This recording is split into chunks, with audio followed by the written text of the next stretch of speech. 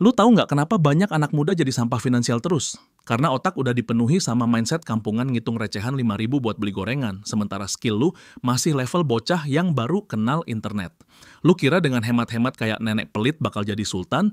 Mental miskin banget sih. Gua lihat generasi sekarang lebih hafal kode promo Indomaret daripada cara bikin pitch deck yang bener. Yang bikin gua pengen nampar lu. Lu bangga banget pamer di story Instagram kalau berhasil hemat 20.000 beli nasi uduk pakai voucher sampah. Sementara skill presentation lu masih kayak bayi yang baru belajar ngomong. Gue tuh udah 8 tahun ngalamin naik turun finansial dari ngitung recehan kayak pengemis sampai bisa bayar kontrakan tanpa lihat saldo. Dan gue mau kasih tahu satu hal yang bakal bikin mental poverty lu hancur lebur. Investasi terbaik lu itu bukan saham, kripto atau emas, tapi skill, pengetahuan, dan kemampuan berpikir lu yang sekarang masih kosong melompong. Kenapa? Karena duit bisa lenyap dalam semalam pas market crash, tapi skill nggak bisa dicuri sama siapapun, nggak bisa dihack kayak kripto, dan nggak akan pernah expire kayak voucher diskon kesayangan lu. Dan yang paling penting, dengan skill yang bener, lu bisa generate income berkali-kali lipat dari investasi sampah manapun yang lu bangga-banggain di grup WhatsApp. Lu masih sibuk hunting voucher GrabFood 10.000 sambil teriak, "Yay hemat!" Kayak menang lotre. Sementara skill sales lu masih nol besar. Prioritas lu kebalik total, bro. Gue liat di media sosial, anak-anak muda stolz banget pamer hemat 20.000 beli mie ayam pakai voucher. Captionnya sampai panjang banget, kayak udah berhasil nabung jutaan. Meanwhile, mereka tolak kursus public speaking 500.000 yang bisa naikin gaji 2 juta per bulan. Terus lu bangga banget ikut flash sale tengah malam, begadang sampai jam 2 pagi buat dapet diskon 50.000. Tapi pas ditawarin workshop digital marketing yang bisa buka income stream baru, lu bilang, "Ah, mahal, nanti aja deh." Lu mau tahu kenapa lu stuck? Karena lu mikir kayak orang miskin. Orang miskin fokus gimana ngirit sekecil-kecilnya, orang kaya fokus gimana nambah income sebesar-besarnya. Ini kayak lu cuci piring sendiri di warteg buat ngirit 2.000 sehari, tapi nolak les bahasa Inggris yang bisa buka peluang kerja remote dengan gaji 20 juta per bulan. Atau kayak lu jalan kaki 3 kilometer buat ngirit ongkos 5.000, sampai kaki lecet dan capek setengah mati, tapi nggak mau bayar 50.000 buat kursus Excel yang bisa bikin lu jadi admin dengan gaji 6 juta. Yang lebih kocak lagi, lu rela antri sejam di minimarket cuma buat dapet promo beli 2 gratis, 1 snack, tapi males banget invest waktu 2 jam sehari buat belajar coding yang bisa ngasih lu gaji puluhan juta. Sekarang bandingkan dengan ini, lu invest 500.000 buat kursus copywriting, dalam 3 bulan lu udah bisa freelance dengan rate 3 juta per project. Dalam setahun, lu udah balik modal 50 kali lipat. Atau lu spend 1 juta buat bootcamp coding, setelah 6 bulan intensive learning, lu dapet job dengan starting salary 15 juta. Itu return on investment 1.500% dalam setahun. Tapi kebanyakan anak muda pilih hemat Rp1.000 hari ini daripada invest jutaan buat skill yang bisa ngasih passive income seumur hidup. Hemat 50.000 sebulan tapi skill stagnan selama 5 tahun? Congratulations, lu udah jadi miskin yang terorganisir dengan rapi. Lu tahu kenapa tetap miskin? Karena lu mikir small, x small, hasilnya ya small. Simple kan? Lu dengerin Ray Dalio bilang diversifikasi portofolio. Warren Buffett bilang fokus ke yang lu pahami. Mama bilang menabung di bank aman. Temen bilang crypto to the moon. Terus tetangga lu bilang beli emas. Bingung kan? Ya jelas. Yang bikin makin parah, setiap hari ada aja influencer baru yang keluar dengan teori investasi terbaru dan paling menguntungkan. Hari ini bilang saham bagus, besok bilang properti lebih aman, lusa bilang kripto masa depan, minggu depan bilang forex trading cepat kaya. Masalahnya, lu dengerin semua orang tanpa filter. Lu nggak mikir, ini orang yang ngasih advice hidupnya kayak gimana sih? Track recordnya gimana? Apa yang dia achieve selama ini? Influencer finansial yang ngajarin lu investasi masih ngekos di kamar sempit. Mama yang suruh menabung masih hutang kartu kredit tiap bulan. Temen yang promoin kripto masih minta duit jajan ke ortu. Tetangga yang rekomen emas masih kerja shift malam buat bayar cicilan motor. Ini kayak minta resep masak ke 20 orang, beda budaya. Ada yang bilang pakai garam, ada yang bilang pakai gula, ada yang bilang pakai cabe, ada yang bilang jangan pakai apa-apa. Terus lu bingung kenapa masakan lu aneh rasanya. Atau kayak lu tanya arah jalan ke orang yang juga lagi nyasar. Ya sama-sama bingung dong, malah tambah jauh dari tujuan. Yang lebih bahaya lagi, lu ikutin advice dari orang yang level finansialnya masih sama kayak lu. Itu namanya buta menuntun buta, ujung-ujungnya jatuh ke jurang bareng-bareng. Sekarang gue udah lebih selektif. Gue cuma dengerin advice dari orang yang hidupnya udah gue pengen tiru. Penghasilannya udah di level yang gue target. Lifestyle-nya sesuai sama value gue. Dan most importantly, mereka udah proven track record-nya. Misalnya, kalau gue pengen belajar tentang bisnis online, gue nggak dengerin temen yang masih jual pulsa.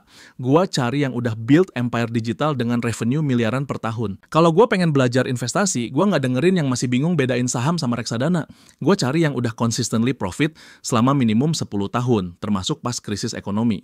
Dan yang paling penting, gue filter berdasarkan apakah advice mereka align sama goals jangka panjang gue, bukan cuma quick win atau hype sesaat. Lebih baik denger satu orang yang hidupnya lu pengen tiru, daripada 100 orang yang nasibnya sama kayak lu sekarang. Filter advice berdasarkan track record si pemberi advice. Sesimpel itu. Jangan terima mentah-mentah cuma karena kedengeran smart atau viral di sosial media. Gue pernah ngopi di lobi hotel bintang 5, nggak buat gaya-gayaan atau pamer ke media sosial. Gue sengaja observe dan dengerin obrolan orang-orang di sana. Lu tahu apa yang gue lihat dan denger? Orang-orang yang ngobrol di sana nggak bahas cara ngirit token listrik atau voucher diskon Shopee. Mereka bahas gimana scale bisnis dari 1 juta jadi 10 juta per bulan. Gimana hire orang yang tepat buat tim yang solid. Gimana automate income stream supaya duit masuk pas tidur. Ada yang lagi closing deal properti senilai miliaran cuma dari obrolan santai sambil minum kopi, nggak pakai drama, nggak pakai emosi, purely business discussion yang result oriented. Ada juga yang lagi planning expansion bisnis ke luar negeri, bahas market research, cultural differences, regulatory compliance. Level diskusinya beda banget sama yang biasa gue denger di warung kopi deket kos. Yang paling striking, mereka nggak pernah komplain soal masalah uang. Yang dibahas selalu opportunities, growth potential, strategic partnerships, dan innovation. Mindsetnya full abundance ya, bukan scarcity.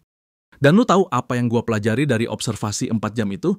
Mereka semua punya skill stack yang sama. Bisa jual atau sales, bisa bikin sesuatu atau building, bisa memimpin atau leadership. Nggak ada yang cuma jago satu hal doang.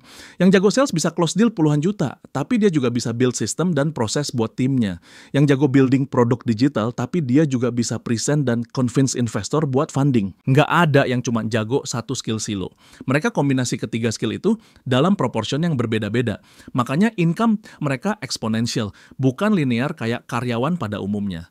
Dari situlah gue sadar kenapa gue stuck selama ini. Karena gue cuma fokus ke satu skill, nggak build ekosistem skill yang saling melengkapi dan memperkuat satu sama lain. Mereka treat skill development kayak investment portfolio. Diversified tapi fokus pada high impact skills yang bisa compound over time. Lu pikir cukup jago satu hal doang, lu udah jadi replaceable dan expendable di mata market. Jago coding doang, tapi nggak bisa jual hasil karya lu. Lu cuma jadi tukang ketik kode yang mahal, tergantung sepenuhnya sama orang lain buat marketing dan sales. Jago sales tapi nggak bisa bikin produk atau service sendiri. Lu cuma sales yang selamanya tergantung produk orang lain, commission based income yang nggak pernah bisa fully lu kontrol. Jago leadership tapi nggak punya skill teknis apapun. Lu cuma bos yang cuma bisa ngomong, delegasi tanpa understanding, dan eventually tim lu bakal nggak respect sama lu. Dalam era AI dan automation sekarang, single skill bisa dengan mudah digantikan. Coding bisa di-assist AI, sales bisa di-automate dengan chatbot, bahkan creative work udah mulai bisa di-generate mesin. Ini kayak main game RPG tapi cuma naikin satu stat doang. Health tinggi tapi attack 0, ya mati juga diserang monster kecil.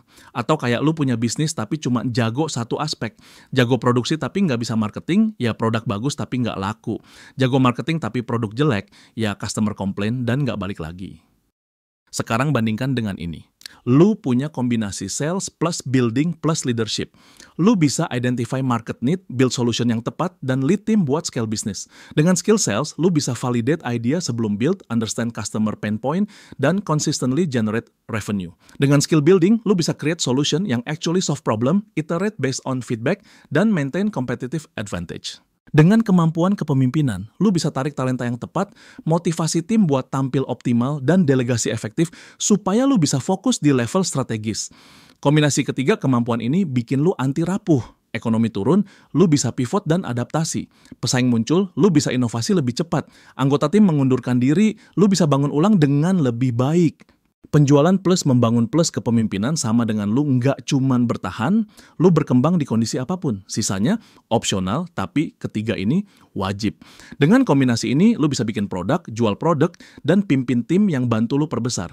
Ini formula orang-orang yang pendapatannya nggak terbatas dan nggak tergantung faktor luar.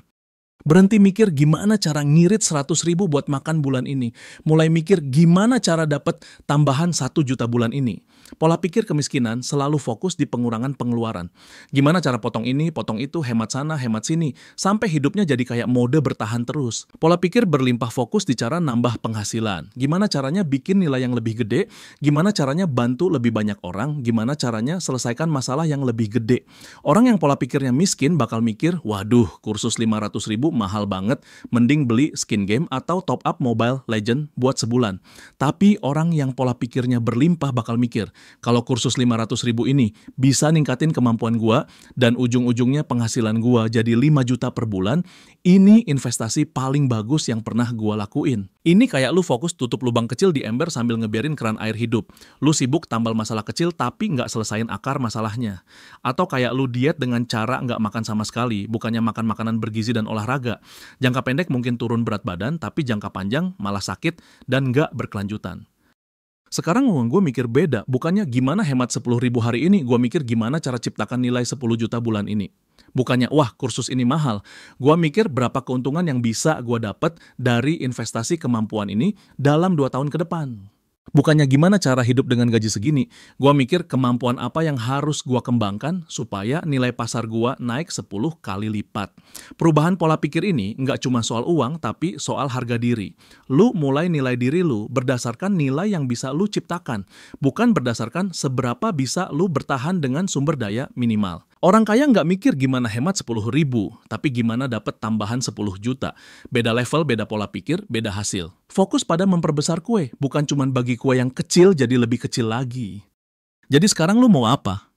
Mau tetap jadi analis keuangan dadakan yang ngitung recehan sampai stres dan nggak produktif? Gua nggak mau lu masih stuck di pola pikir gimana cara hemat pas umur 30 nanti masih mengeluh kenapa hidup susah terus. Mulai dari 1 kemampuan hari ini, penjualan, coding, desain, menulis, berbicara di depan umum, pemasaran digital, analisis data, apapun yang relate dengan passion dan permintaan pasar. Tapi mulai sekarang, jangan besok, jangan nunggu waktu yang tepat. Investasi di kemampuan, pengetahuan, dan cara berpikir lu.